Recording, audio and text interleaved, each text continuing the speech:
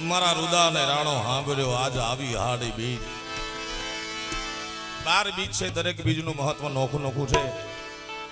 પણ મેં વિદ્વાનો પાસેથી સાંભળેલી વાત છે આ યુગની વાત નથી આ તો વર્ષો પહેલાની વાત છે જ્યારે ટેલિફોન નહોતા કોઈ જાતનો પત્ર વ્યવહાર નહોતો પ્રેમજી મહારાજ એ સમયમાં આ હાડી બીજ ઈ પ્રેમીઓની બીજ હતી બાપ પીયું બસે પહાड़ में मैं यमुना के तीर अब तो मिलना मुश्किल है मेरे पांव पड़ी जंजीर